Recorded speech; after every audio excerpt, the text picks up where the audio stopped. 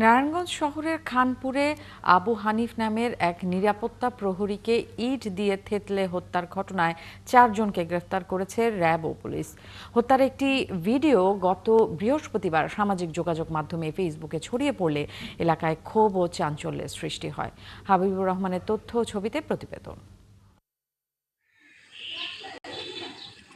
নারায়ণগঞ্জের খানপুর এলাকার জিতু ভিলার নিরাপত্তা প্রহরী আবু হানিফকে ইট দিয়ে থেতলে হত্যার ঘটনায় জড়িত সন্দেহে বাহার, সাইদুল, মুশফিক ও অপু নামে ৪ জনকে গ্রেপ্তার করেছে পুলিশ।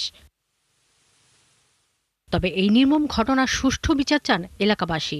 তারা বলছেন, হানিফ শিশু ধর্ষণ করেছে কিনা তা প্রমাণিত নয়, দেশের আইন অনুযায়ী তার বিচার হতে পারত, কিন্তু এভাবে মেরে ফেলা আইন বিরুদ্ধ ও অমানবিক।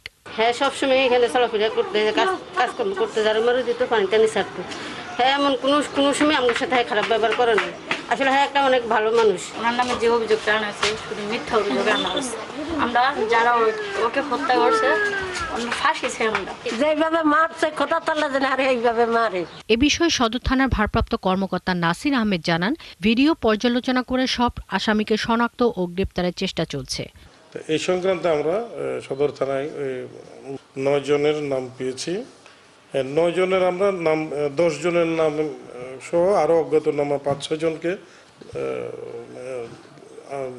আসামি করে আমরা মামলা রুজু করি।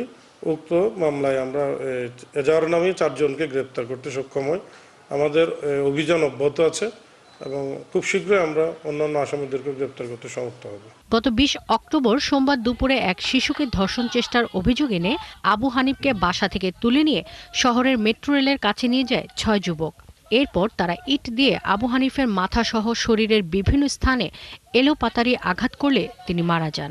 এ ঘটনায় হানিফের ছোট ভাই হযরত আলী ১০ জনকে আসামি করে নারায়ণগঞ্জ সদর মডেল থানায় হত্যা মামলা দায়ের করেছেন। শাকিলা শম্পা, একাত্তর।